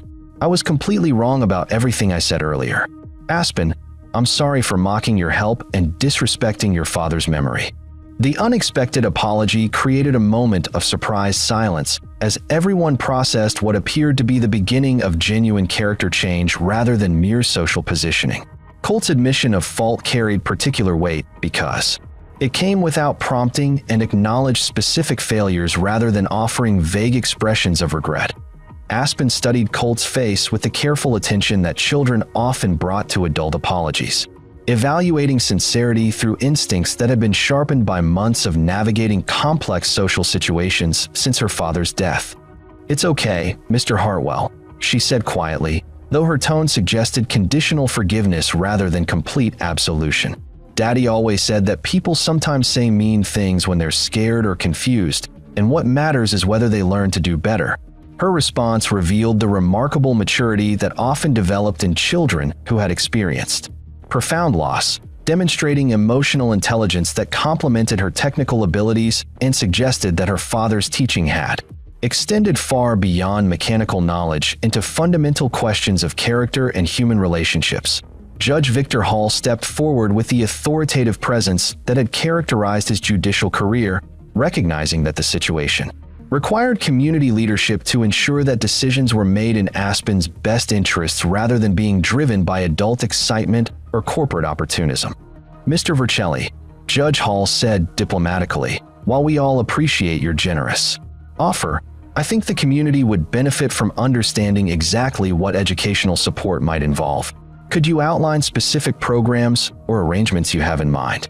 The request for concrete details reflected judicial training in evaluating proposals based on facts rather than general promises, ensuring that any decisions about Aspen's future would be based on realistic understanding of what was being offered and what would be required from her family. Franco nodded with appreciation for the judge's systematic approach, recognizing that community oversight was essential for ensuring that corporate educational programs serve the child's interests rather than merely advancing business objectives. "Your Honor," Franco began, pulling out his tablet to access documents he had prepared during the helicopter flight to Summit Ridge. "Ferrari maintains educational partnerships with several institutions that specialize in nurturing young engineering talent. We could arrange for advanced tutoring in mathematics and physics, summer internships at automotive research facilities, and correspondence with our technical teams." His specific proposals demonstrated that the offer was based on established programs rather than improvised responses to an unusual situation, suggesting that Ferrari had experience with supporting gifted young people and understood the practical requirements for sustainable educational enhancement. Dr. Anderson leaned forward with professional interest as Franco outlined the educational framework, recognizing elements that aligned with best practices for gifted child development while noting areas that might require modification to accommodate Aspen's specific circumstances and needs. Mr. Vercelli, Dr. Anderson said thoughtfully, those programs sound excellent for older students, but Aspen's age and recent trauma history might require more gradual introduction to advanced educational opportunities. We want to ensure that acceleration doesn't interfere with her emotional processing of her father's death. Her professional perspective added psychological considerations to the educational planning, emphasizing that Aspen's intellectual development needed to be balanced against her emotional healing and social adjustment during a critical period of childhood development. Blanche Gray felt reassured by the careful attention that community leaders were paying to her granddaughter's welfare, recognizing that the protective oversight she had been providing was being supplemented rather than replaced by people with relevant expertise and institutional authority. I appreciate everyone looking out for Aspen, Blanche said with quiet dignity, but I want to make sure that any educational programs respect that she's still grieving her daddy and needs time to be a regular little girl too. Her comment reminded everyone present that exceptional intellectual abilities didn't eliminate the normal developmental needs that all children required, particularly those who had experienced trauma that complicated their adjustment to loss and change. Chuck Reynolds approached the group carrying a folder containing the complete diagnostic reports from Aspen's Ferrari analysis, his expression showing the professional satisfaction that came from solving difficult problems with elegant solutions. Mr. Vercelli, Chuck said respectfully, I've documented everything about Miss Gray's diagnostic process, and I think you'll find it remarkable how she identified relationships that our computer systems missed entirely. He handed the folder to Franco, whose engineering background allowed him to immediately appreciate the sophisticated analysis that Aspen had provided through purely intuitive methods that complemented rather than competing with advanced technological approaches to problem solving. Trent Adams joined Chuck beside Franco's reviewing station, his youthful enthusiasm overriding any concerns about speaking directly to Ferrari CEO about technical matters that exceeded his limited experience with exotic automotive systems. Mr. Vercelli, Trent said eagerly, watching Aspen work was like getting a master class in diagnostic thinking. She approached the problem completely differently than we did, and her methods could probably be taught to other mechanics if someone figured out how to explain them. His suggestion that Aspen's diagnostic approach might be systematized and transmitted to other professionals revealed an understanding that her abilities represented not just individual talent, but potentially revolutionary improvements to automotive troubleshooting methodologies. Franco closed the diagnostic folder and looked around at the assembled group with an expression that suggested he was beginning to understand the full scope of what had been discovered at this small Colorado dealership. Ladies and gentlemen, Franco said with the gravity that came from recognizing historic moments in automotive development, I believe we are witnessing something unprecedented. Miss Gray has demonstrated diagnostic capabilities that could transform how we approach complex mechanical problems throughout the industry. His assessment elevated the discussion from local educational opportunities to potential contributions that might benefit the entire automotive world, suggesting that supporting Aspen's development could yield innovations that justified investment on grounds of technical advancement rather than mere charitable sentiment. The late afternoon sunlight streaming through Prestige Motors windows cast elongated shadows across the showroom floor as the assembled group began to transition from crisis management to collaborative planning. What had started as a routine automotive repair had evolved into something approaching a community summit, with local leaders, corporate executives, and military representatives working together to address the unique circumstances surrounding Aspen Gray's extraordinary abilities. Bianca Vercelli entered the showroom with the confident stride of someone accustomed to navigating complex business environments, her MIT engineering student credentials evident in the technical notebook she carried, and the practiced way she assessed mechanical situations. At 22, Franco's daughter possessed both the family's automotive passion and the independent thinking that came from earning her expertise through rigorous academic training rather than inherited privilege. "Papa," Bianca said in lightly, accented English that revealed her international upbringing. "I came as soon as I received your message about the young engineer. I brought some educational materials that might be relevant to the discussion." Her arrival added another dimension to the planning process, as she represented the perspective of someone who had successfully navigated advanced technical education while maintaining family connections to the automotive industry. Her presence also suggested that Franco's interest in supporting Aspen went beyond corporate public relations into genuine family commitment to nurturing exceptional talent. Franco embraced his daughter with obvious pride before introducing her to the assembled group, his expression showing the satisfaction of someone whose values had been successfully transmitted to the next generation. "Everyone, I'd like you to meet my daughter Bianca, who is completing her mechanical engineering degree at MIT. She has experience with educational programs for gifted young people and might offer valuable perspective on how to structure appropriate support for Miss Gray." Bianca approached Aspen with the respectful attention of someone who understood that exceptional abilities deserved recognition regardless of age or circumstances, crouching down to the child's eye level with natural ease that suggested genuine comfort with younger students. "Aspen," Bianca said warmly, "I've heard about your diagnostic work today, and I'm very impressed. I've been studying automotive engineering for 4 years, and the pressure regulator analysis you described demonstrates understanding that most graduate students would struggle to achieve. The validation from someone closer to Aspen's age but with advanced technical credentials carried particular weight, bridging the gap between adult authority figures and peer recognition that gifted children often crave but rarely receive from educational systems designed for conventional development. Patterns. Aspen studied Bianca with curiosity, recognizing someone who shared her passion for mechanical systems while representing possibilities for her own future that she had never considered realistic given her family's economic circumstances. "Did you always know you wanted to be an engineer?" Aspen asked with the directness that characterized her approach to gathering information about subjects that interested her. "Not exactly," Bianca replied honestly, settling into a more comfortable position for extended conversation. "I started by helping in my father's workshops, just like you learned from your father. But I discovered that understanding how things work led to wanting to design new things that could help solve problems." Her response provided a developmental framework that normalized Aspen's current interests while suggesting natural progression toward more sophisticated applications of mechanical understanding, demonstrating that inherited knowledge could serve as foundation for independent innovation. Dr. Anderson observed this interaction with professional appreciation, noting how Bianca instinctively used age-appropriate communication while respecting Aspen's intellectual sophistication. The young woman's approach suggested that she might serve as an effective mentor figure who could bridge technical education with social and emotional support. Colt Hartwell found himself studying the interaction between Aspen and Bianca with growing recognition of what genuine mentorship looked like. The respect and encouragement that Bianca showed toward a child from modest circumstances contrasted sharply with his own initial dismissiveness, highlighting character differences that made him increasingly uncomfortable with his past behavior.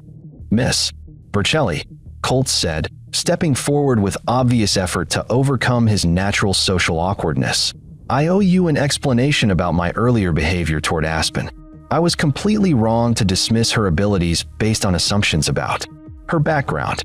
His continued efforts at making amends revealed genuine internal struggle rather than mere social positioning, suggesting that witnessing the respectful treatment Aspen received from accomplished professionals had triggered authentic self-reflection about his values and behavior patterns. Bianca nodded with the diplomatic grace that came from years of observing her father navigate complex business relationships, recognizing that Colt's admission represented progress that deserved encouragement rather than judgment.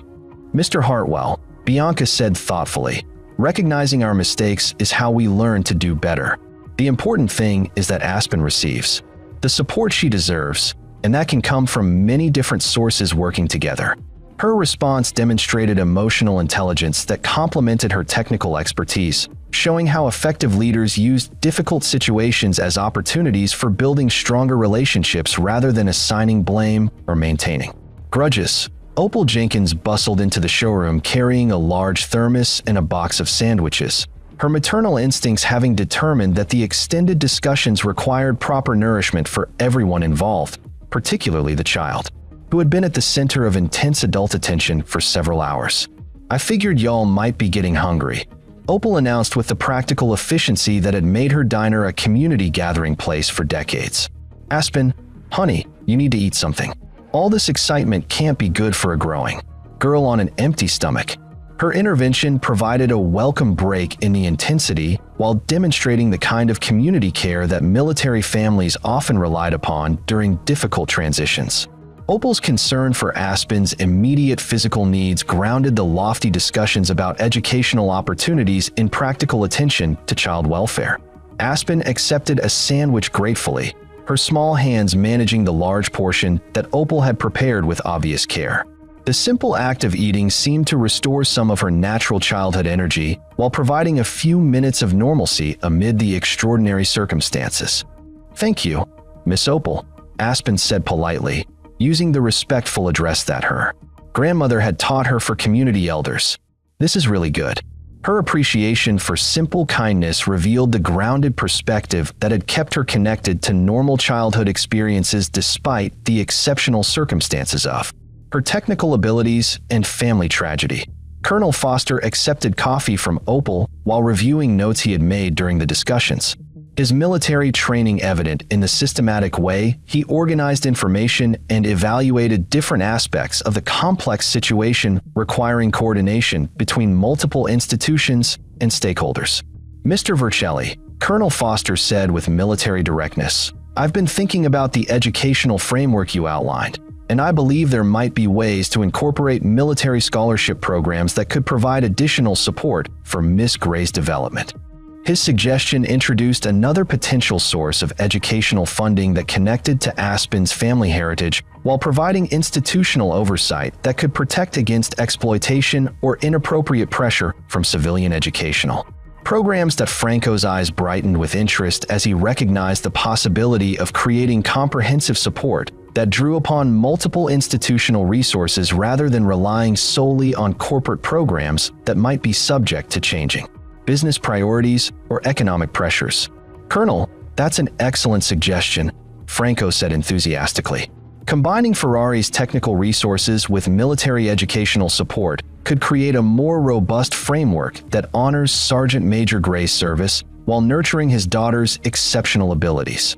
The collaborative approach appealed to everyone present because it distributed responsibility among multiple institutions while ensuring that Aspen's welfare remained the primary focus rather than becoming subordinated to any single organization's interests or agenda. Judge Hall nodded approvingly at the emerging partnership structure, recognizing that multi-institutional support provided better protection for vulnerable children than arrangements that concentrated too much power or influence in any single entity. "This collaborative model addresses many of my concerns," Judge Hall observed with judicial precision. Multiple oversight bodies ensure accountability while providing comprehensive support that serves the child's interests rather than institutional agendas. His endorsement carried particular weight because it came from someone with extensive experience evaluating arrangements designed to protect children's welfare in complex legal and social situations. Blanche Gray felt her anxiety beginning to ease as she watched the community rally around her granddaughter with genuine care and professional expertise that honored both Aspen's abilities and her family's values. "I'm starting to think this might actually work," Blanche said quietly to Father Morgan, who had remained close to the family throughout the discussions. "These folks seem to understand that Aspen needs support, not exploitation."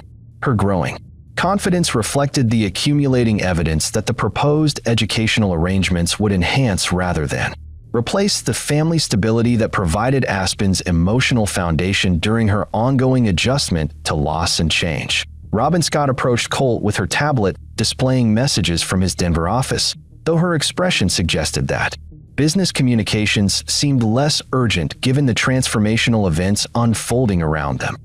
"Mr. Hartwell," Robin said diplomatically, "your board meeting has been postponed until tomorrow afternoon due to weather delays.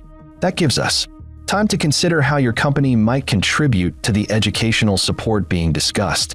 Her suggestion revealed her understanding that Colt's participation in supporting Aspen could provide opportunities for positive contribution that might help restore his reputation after the morning's unfortunate behavior toward the Gray family.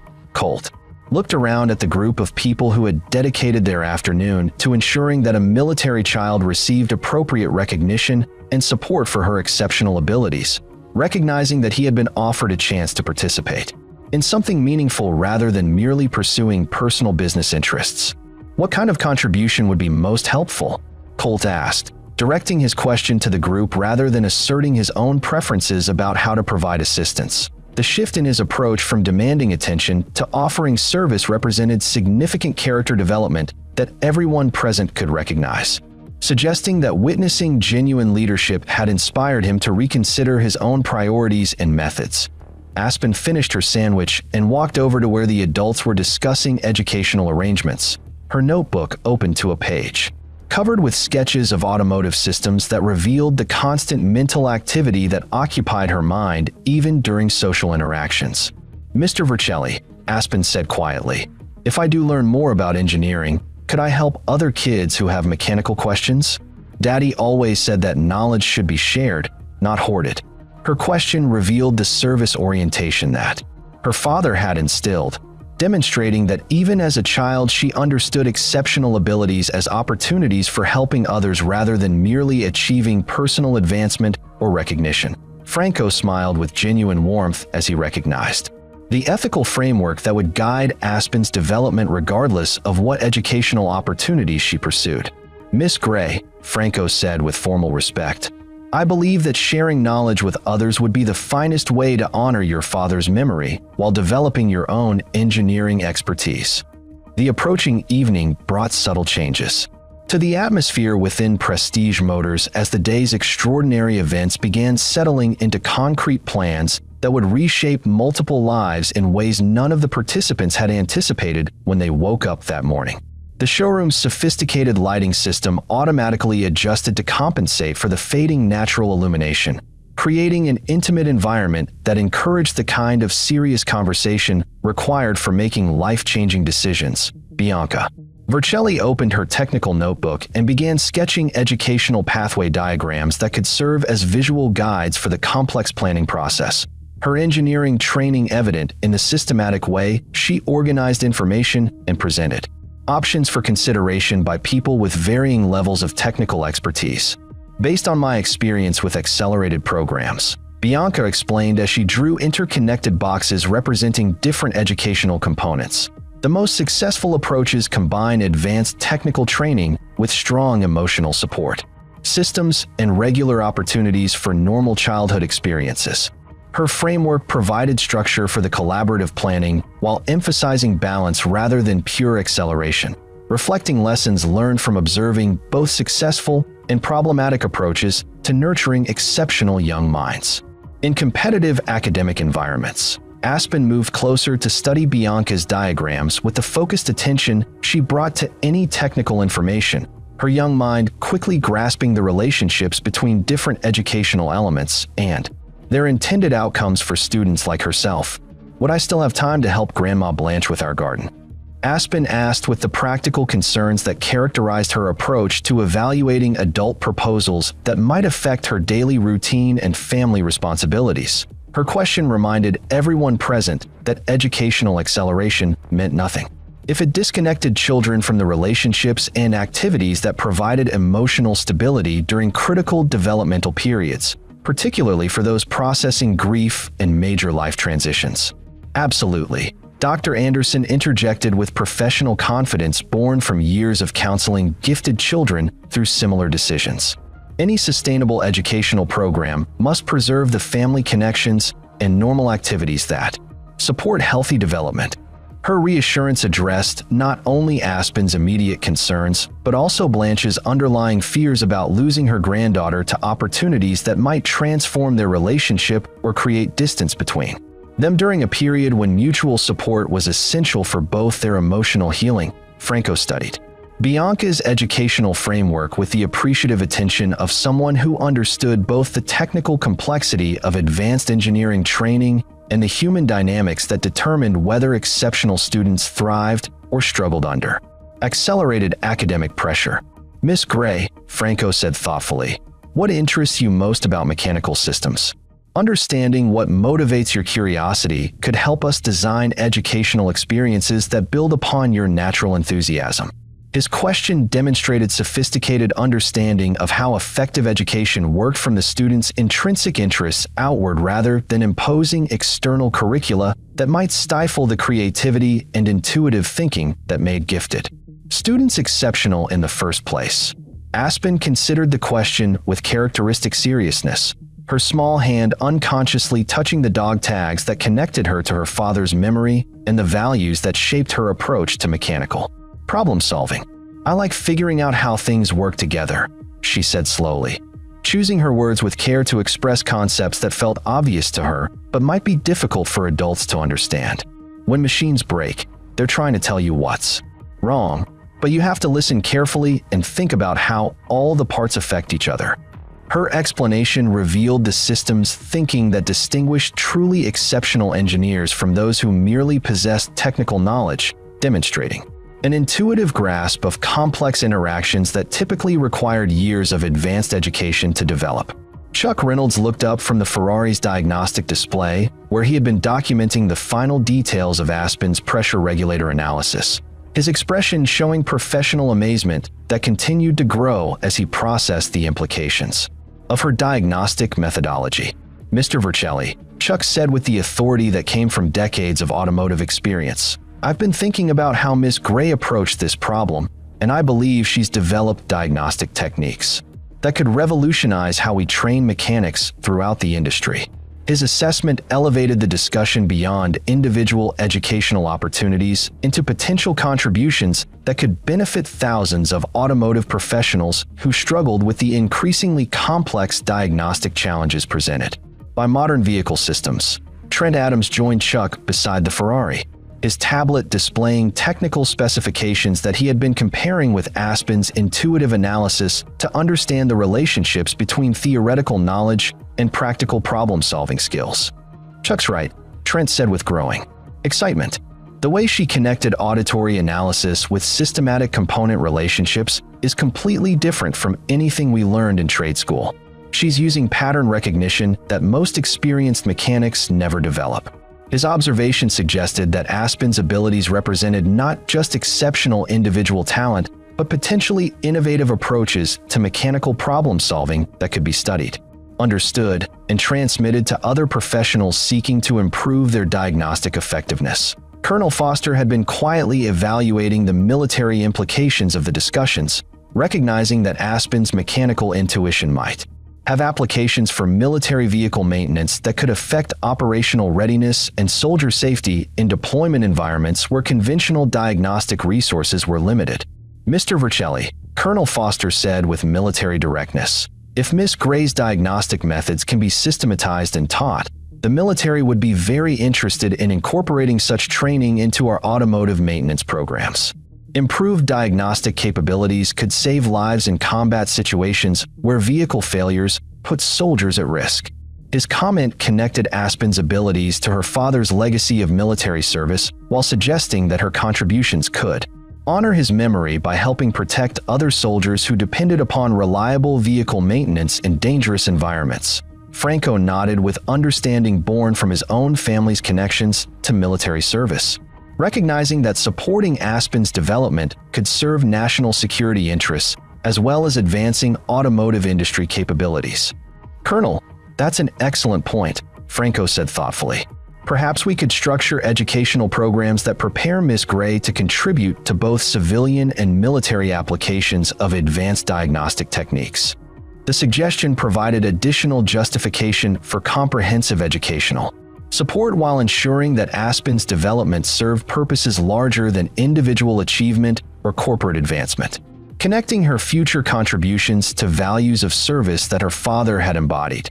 Judge Hall observed these discussions with judicial attention to the balance between opportunity and obligation, recognizing that exceptional abilities often carried corresponding responsibilities that needed to be considered carefully when making educational decisions affecting young people. We should be cautious about placing too much pressure on Aspen to solve adult problems, Judge Hall said with protective concern. Her primary responsibility is to develop her own potential at an appropriate pace, not to carry the weight of revolutionary industry changes. His warning reminded everyone that child welfare needed to remain the primary consideration even when exceptional abilities suggested possibilities for significant contributions to important social and economic challenges. Colt Hartwell had been listening to these discussions with growing understanding of how genuine leaders approach talent development and social responsibility, recognizing qualities in the collaborative planning that highlighted the deficiencies in his own historical approach to business relationships and community involvement. I've been thinking about how I could contribute meaningfully to Aspen's educational support, Colt said with obvious effort to overcome his natural tendency towards self-promotion. My company has developed educational software for technical training that might be adapted for advanced engineering students. His offer represented genuine attempt to provide value rather than merely seeking recognition, suggesting that witnessing respectful collaboration had inspired him to reconsider how wealth and technical resources could be used to support community needs rather than simply advancing personal interests. Robin Scott stepped forward with her tablet, displaying information about Colt's educational technology programs, her expression showing approval of his shift toward constructive contribution, rather than demanding attention or control over the planning process. Mr. Hartwell's company has developed some innovative simulation software that allows students to experiment with complex systems in virtual environments, Robin explained to the group. Such tools could provide safe opportunities for Aspen to explore advanced engineering concepts without requiring access to expensive physical equipment. Her technical explanation demonstrated how Colt's business resources could complement rather than competing with the educational framework being developed by other institutional partners, creating synergies that served Aspen's interests while allowing him to participate constructively in the collaborative support system. Dr. Anderson reviewed the expanding list of educational resources with professional satisfaction, recognizing that the multi-institutional approach was creating comprehensive support that addressed intellectual, emotional, and practical needs in ways that single-source programs often failed to achieve. This collaborative framework is exactly what gifted children need, Dr. Anderson said with obvious approval. Multiple sources of support, diverse learning opportunities, and strong community oversight that keeps the child's welfare as the primary focus. Her professional endorsement provided additional validation for the planning process, while ensuring that psychological considerations remained integrated with technical and institutional elements of the educational support system. Blanche Gray felt her protective concerns continuing to ease as she watched the careful attention that community leaders paid to balancing educational opportunities with family stability and childhood development needs. "I'm beginning to believe this could really work," Blanche said to Father Morgan, who had remained close to the family throughout the complex discussions. "These people seem to understand that Aspen's still a little girl who's been through more than any child should have to handle." Her growing confidence reflected the accumulating evidence that the proposed educational arrangements would enhance rather than threaten the family relationships that provided Aspen's emotional foundation during her ongoing recovery from profound loss. Aspen walked over to where her father's photograph hung from her grandmother's keychain, studying the image of the uniformed soldier who had taught her everything she knew about mechanical systems and helping others solve difficult problems. "Daddy," she whispered quietly, "I think these people want to help me learn things that would make you proud. But I promise I won't forget that family comes first, just like you taught me." Her private conversation with her father's memory revealed the internal process through which she was evaluating the extraordinary opportunities being offered, using the values he had instilled as guides for making decisions that would shape her future while honoring his legacy. Franco approached Aspen with respectful attention to her emotional processing, recognizing that the child's acceptance of educational support needed to emerge from her own understanding rather than adult pressure or manipulation. "Miss Gray," Franco said gently, "whatever educational programs we develop will be designed to honor your father's memory and serve your family's needs. Your father's service deserves to be remembered through opportunities that help you grow into the person he believed you could become." His words connected the proposed educational support to Alan's sacrifice, while emphasizing that Aspen's development would serve as a living memorial to the values he had embodied during his military service and family life. The evening shadows lengthened across Summit Ridge as the extraordinary day at Prestige Motors moved toward formal agreements that would transform theoretical discussions into concrete educational opportunities for Aspen Gray. The showroom had taken on the atmosphere of a community planning session, with local leaders, corporate executives, and military representatives working together to create something unprecedented in their shared experience. Dr. Anderson pulled out her professional tablet and began documenting the psychological and developmental considerations that needed to be integrated into any educational framework, her clinical training evident in the systematic way she evaluated the complex factors affecting gifted children from military families dealing with trauma and loss. "Before we finalize any arrangements," Dr. Anderson said with the authority that came from years of protecting vulnerable children, "I need to establish baseline assessments of Aspen's emotional adjustment and social development." Educational acceleration can be beneficial, but only if it supports rather than interferes with healthy psychological processing. Her professional requirements added necessary safeguards to the planning process while ensuring that Aspen's intellectual development would be balanced against her emotional healing. During a critical period of adjustment to her father's death and the dramatic changes it had brought to her family circumstances, Franco nodded with understanding born from his own experience raising gifted children, recognizing that sustainable talent development required attention to the whole child rather than simply exploiting specific intellectual abilities that might capture adult attention and excitement. "Dr. Anderson, we absolutely want psychological oversight integrated into any educational programs," Franco said with sincere respect for professional expertise. Ferrari has learned from experience that supporting exceptional young minds requires comprehensive attention to their overall development and family dynamics. His acknowledgement of psychological considerations demonstrated corporate maturity that reassured community leaders about the sincerity of his commitment to Aspen's welfare rather than merely pursuing business interests or public relations opportunities. Bianca Vercelli had been working with Aspen to refine the educational pathway diagrams, adapting her initial framework based on the child's specific interests and the unique resources being offered by multiple institutional partners. "Aspen has very clear ideas about how she wants to learn," Bianca explained to the assembled adults, holding up sketches that showed automotive systems integrated with educational objectives. "She's most interested in understanding how different mechanical components affect each other, which suggests we should focus on systems engineering approaches rather than conventional subject-by-subject advancement."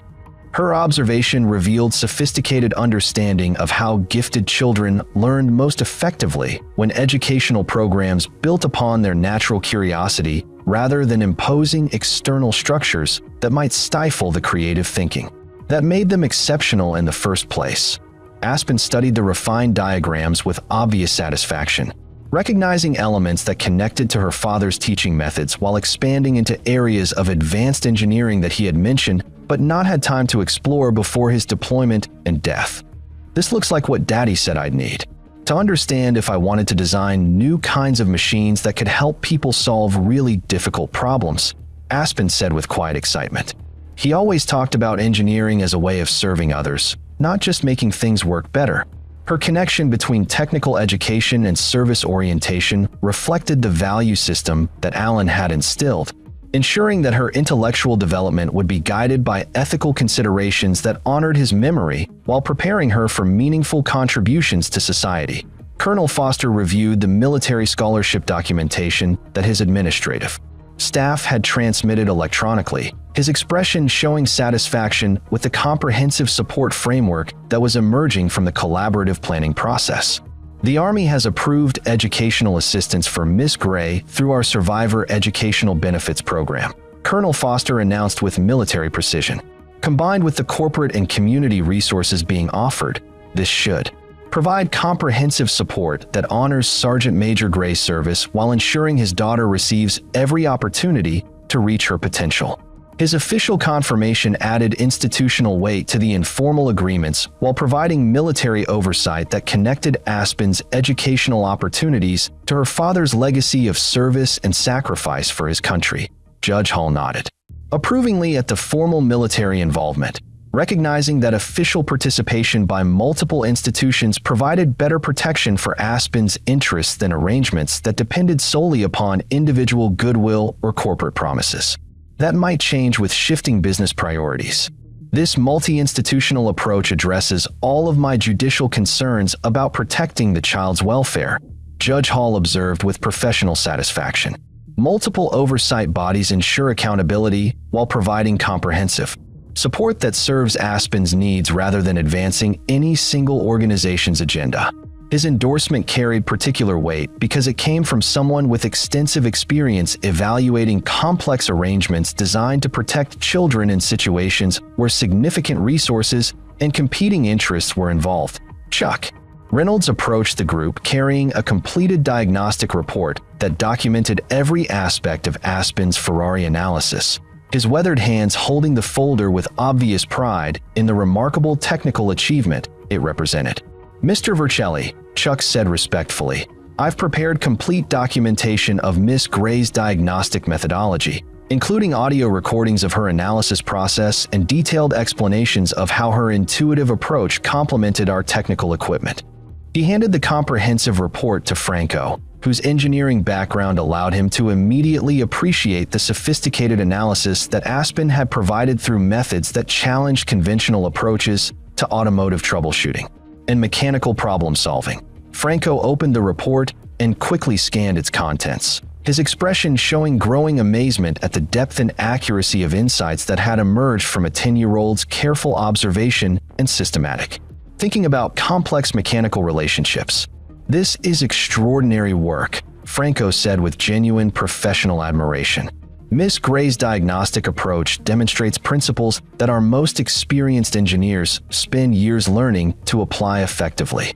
His assessment validated Aspen's abilities at the highest level of corporate technical expertise while providing objective documentation that could support her educational advancement and future career development in automotive engineering fields. Trent Adams had been reviewing video recordings of the day's diagnostic sessions on his tablet, analyzing Aspen's problem-solving process with the enthusiasm of someone who recognized revolutionary improvements to conventional mechanical troubleshooting methods. Mr. Vercelli, Trent said with obvious excitement, watching Miss Gray work has completely changed how I think about diagnostic procedures. She's using pattern recognition and systems analysis that could be taught to other mechanics if we could figure out how to systematize her approach. His observation suggested that Aspen's contributions might extend beyond individual achievement into broader improvements to automotive education and professional training that could benefit thousands of mechanics who struggled with increasingly complex diagnostic challenges. Colt Hartwell stepped forward with his own tablet displaying technical specifications for the educational software that his company had developed, his manner showing genuine desire to contribute meaningfully rather than seeking attention or control over the planning process. I've been reviewing our simulation programs, Colt said with obvious effort to overcome his natural tendency toward self-promotion, and I believe we could adapt several modules to provide Aspen with safe opportunities to experiment with advanced automotive systems without requiring access to expensive physical equipment. His offer demonstrated practical thinking about how technology could support educational objectives while providing opportunities for creative exploration that complemented rather than replaced hands-on mechanical experience. Robin Scott displayed technical demonstrations on her tablet that showed how Colt's educational software could integrate with the broader framework being developed by other institutional partners, creating synergies that served Aspen's learning objectives while allowing meaningful corporate participation. These simulation programs could provide excellent preparation for the more advanced hands-on experiences that Ferrari and the military educational programs are offering, Robin explained with professional competence. The virtual environment allows safe experimentation with concepts that would be too expensive or dangerous to explore with actual equipment.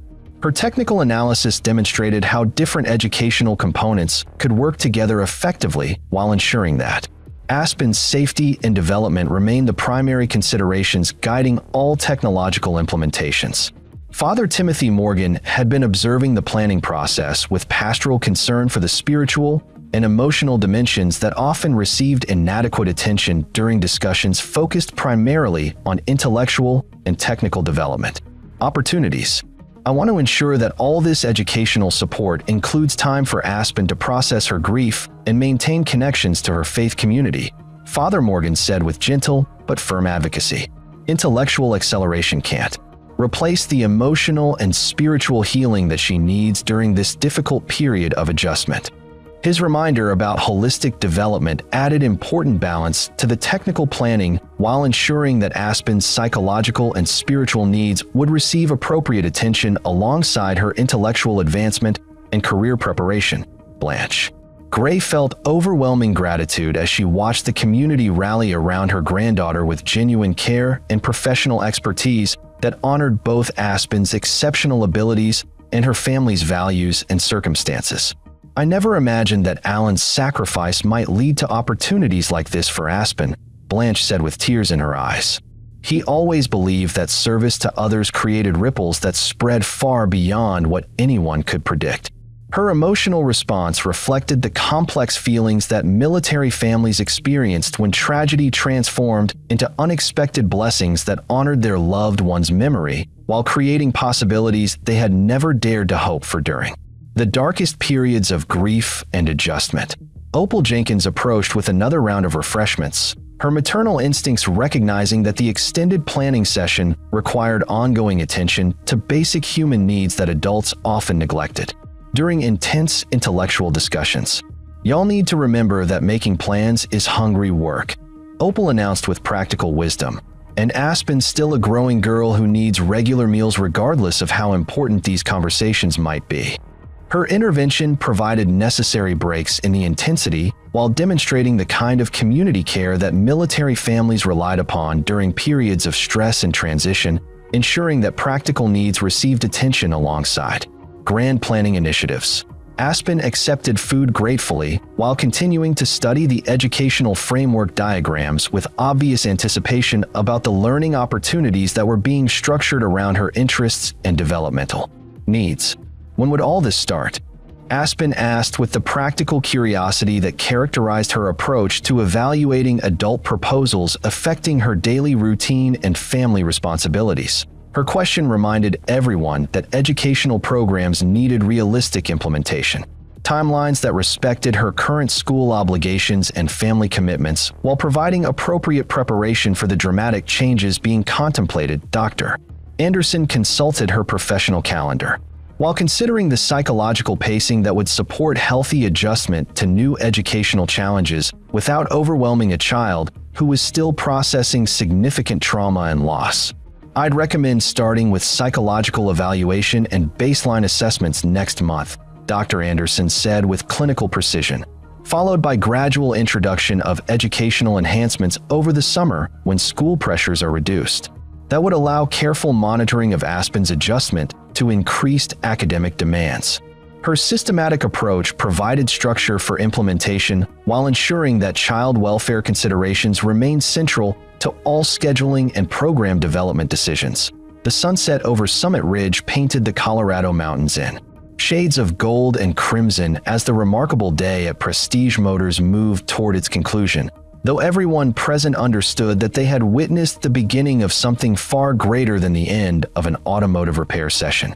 The showroom's evening lighting created an intimate atmosphere that seemed appropriate for the formal commitments being made to honor a fallen soldier's memory through supporting his daughter's extraordinary potential. Franco Vercelli stood before the assembled group with the dignity that came from recognizing historic moments in automotive development, his expression showing the satisfaction of someone who had discovered exceptional talent and marshaled resources to nurture it properly. Ladies and gentlemen, Franco began with the gravity that major announcements deserved. I am pleased to formally establish the Sergeant Major Alan Gray Memorial Foundation for Advanced Automotive Education, with Miss Aspen Gray as our first scholar and Miss Bianca Vercelli as our educational coordinator. His words transformed the afternoon's informal discussions into institutional commitment that would outlast individual careers and corporate changes, creating permanent recognition of Alan's service while ensuring that Aspen's development would be supported by sustainable resources rather than depending upon personal goodwill. The announcement created a moment of profound silence as everyone processed the magnitude of what Franco had committed to creating. Recognizing that the foundation represented unprecedented collaboration between corporate resources, military benefits, and community oversight designed to serve exceptional children from military families.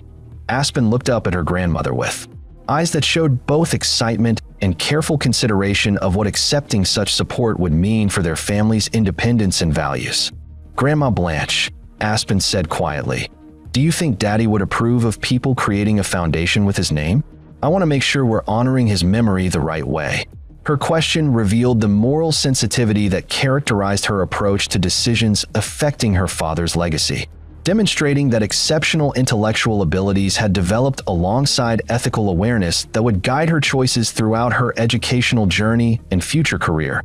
Blanche Gray felt tears streaming down her face as she absorbed the incredible tribute being paid to her son's memory through opportunities that would transform her granddaughter's life while honoring the values of service and sacrifice that had defined Alan's character.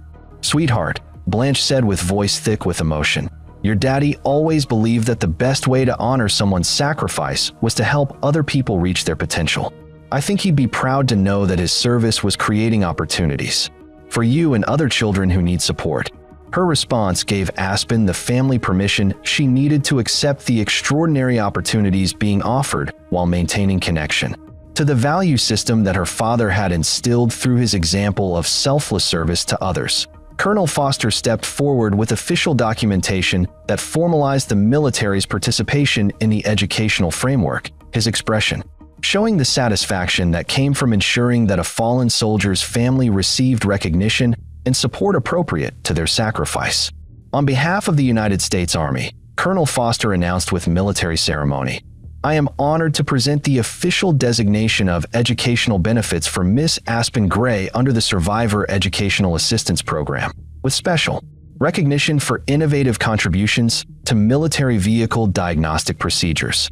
His formal presentation connected Aspen's educational opportunities to her father's military service while acknowledging that her technical abilities could contribute to protecting other soldiers who depended upon reliable vehicle maintenance. In dangerous deployment environments, Dr. Anderson approached with psychological assessment materials that would ensure Aspen's emotional development received appropriate attention alongside her intellectual advancement, her professional expertise, providing essential safeguards for the child's overall welfare. "Aspen," Dr. Anderson said with the gentle authority that came from years of protecting gifted children, "I'll be working with you to make sure that all these educational opportunities support your healing from losing your father while helping you grow into the engineer he believed you could become." Her commitment to ongoing psychological oversight provided reassurance to everyone present that Aspen's welfare would remain the primary consideration guiding all educational decisions, regardless of corporate interests or technical opportunities that might capture adult attention. Chuck Reynolds and Trent Adams approached together, carrying the completed diagnostic documentation that would preserve Aspen's revolutionary methodology for future automotive professionals who could benefit from her innovative approach to mechanical problem solving. "Miss Gray," Chuck said with the respect that came from recognizing genuine expertise, "we've documented everything about your diagnostic techniques, and I believe your methods could help train better mechanics throughout the industry. Your father's knowledge lives on through what he taught you." His recognition connected Aspen's technical abilities to Alan's legacy while suggesting that her contributions could honor his memory by improving automotive safety and reliability for countless families who depended upon properly maintained vehicles. Trent nodded enthusiastically, his youthful perspective bridging the gap between experienced professionals and emerging talent that represented the future of automotive technology and education. "Working with you today changed how I think about mechanical problems," Trent said with obvious admiration. "I hope the foundation will create opportunities for other young people to learn the kind of systematic thinking that you've mastered." His comment revealed how Aspen's influence had already begun spreading beyond her own development into improved understanding among professionals who had witnessed her remarkable abilities and could incorporate her insights into their own work. Colt. Hartwell stepped forward with documentation outlining his company's contribution to the Foundation's technological resources, his manner showing genuine humility rather than the self-promotion that had characterized his earlier behavior. "Miss Gray," Colt said with obvious effort to express sincere respect, "I want to apologize again for my initial reaction to your help. I've committed my company's educational technology resources to the Foundation, and I hope that supporting your development will help me become a better person."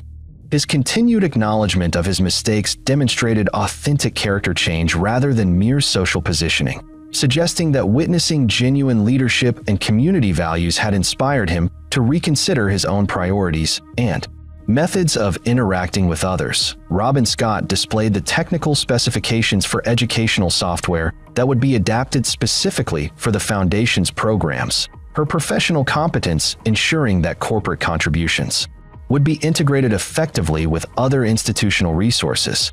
The simulation programs will provide safe opportunities for Foundation scholars to experiment with advanced automotive concepts, Robin explained to the group, while the diagnostic training modules will help systematize the innovative approaches that Miss Gray has demonstrated. Her explanation showed how technology could support educational objectives without replacing the hands-on experience and mentorship relationships that would remain central to developing exceptional automotive engineers who understood both theoretical principles and practical applications. Judge Hall approached with legal documentation that would formalize the Foundation's structure and ensure appropriate oversight mechanisms protected the interests of children who would benefit from its programs. The legal framework provides comprehensive protection for Foundation scholars while ensuring accountability from all participating institutions, Judge Hall explained with judicial precision. Miss Gray's welfare will be protected by multiple oversight bodies working together.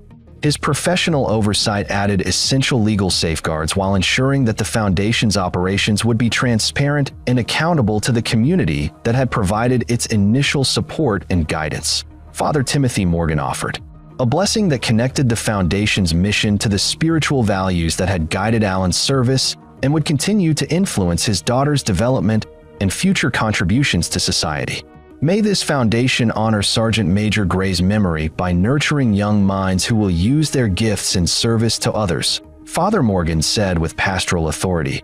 And may Aspen's journey remind us all that the greatest achievements come from combining exceptional ability with humble service.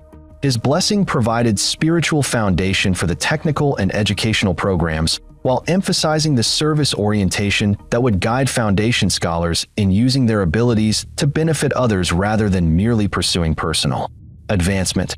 Opal Jenkins bustled forward with a celebratory cake that she had somehow managed to acquire during the evening's discussions, her maternal instincts recognizing that significant milestones deserved appropriate celebration even when they emerged from unexpected circumstances. Any day that honors our military families and creates opportunities for exceptional children deserves proper recognition, Opal announced with practical wisdom, and I figured this little girl needed something sweet to mark such an important moment in her life.